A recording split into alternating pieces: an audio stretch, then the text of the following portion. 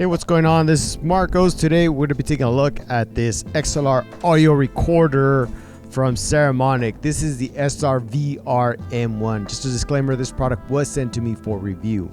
Alright, so what's neat about this little audio recorder, besides the size is pretty small, is that you can practically, I said that word right, practically connect any microphone to it because it can provide phantom power. A lot of Rode boom mics need phantom power, and this can supply that power.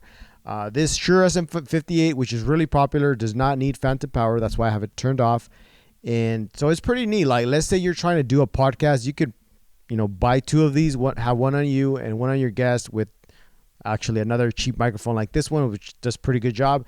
And you can make a podcast without having to run XLRs to a Tascam recorder or a Zoom recorder.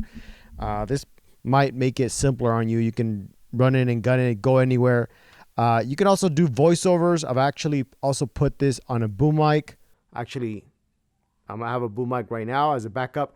I put that because we were doing a shoot and it was the end of the day and we needed to capture audio right away. So I slapped this one on the boom mic and we got the audio and then we were out of there. So whenever I would say you probably want this when maybe you don't have the time or the energy to run XLR or run a line, then you can just quickly slap it on and capture clean audio. So let's talk about some of the features that you're going to get with this.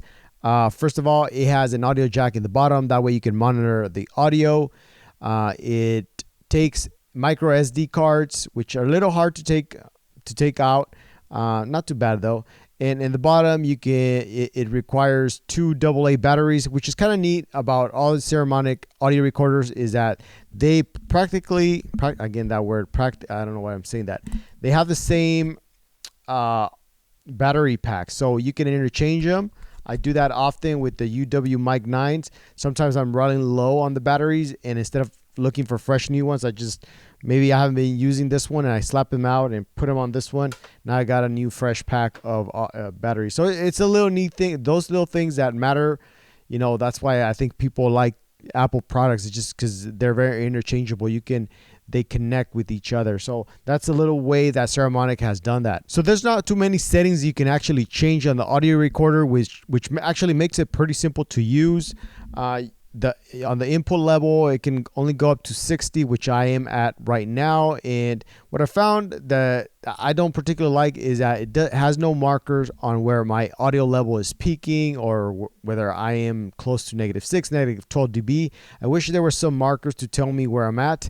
I'm having to guess. Right now, I'm looking at the zeros in the middle, and if my audio is peaking around there, I know that's around -12. But that's not science. I'm just guessing from the test I've ran. Another thing is that you can record audio only in wave format, which is fine because that's usually what I do. And the highest setting you can go up to is 48 kilohertz, 16-bit.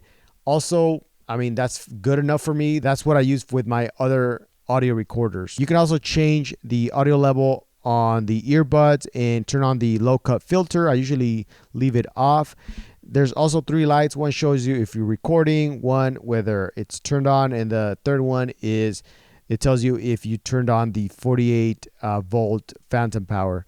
For the most part, the mics I'm using, I don't require the phantom power, but I know if I were to buy the Rode ones, those usually do require them. One of the quirks about this audio recorder is that it's kind of hard to connect mics to it just because you have to push in real hard to connect any kind of mics. I found that if you use XLR wires, that makes it easier to connect devices or microphones to the actual recorder. Another way that you could potentially use this microphone is if you're conducting an interview at a public event and it's really noisy. This mic does such a good job of canceling out the ambient noise because it only picks up what's in this vicinity. So I've talked about how you can potentially use this to record podcasts if you wanted to.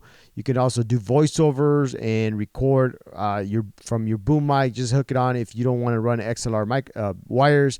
Another way that I've used it is to connect it to speakers when I'm at weddings and I want to get a backup audio. Now I contacted Saramonic and they told me, well, it's not intended for that. It's intended to be used with mics, but I've actually used it in conjunction with an XLR wire like this one. This is just a 3-foot one. I've tried to connect this straight to the speaker, but it was too hard. You have to really push it in there, and it was really hard to take out whenever I did that.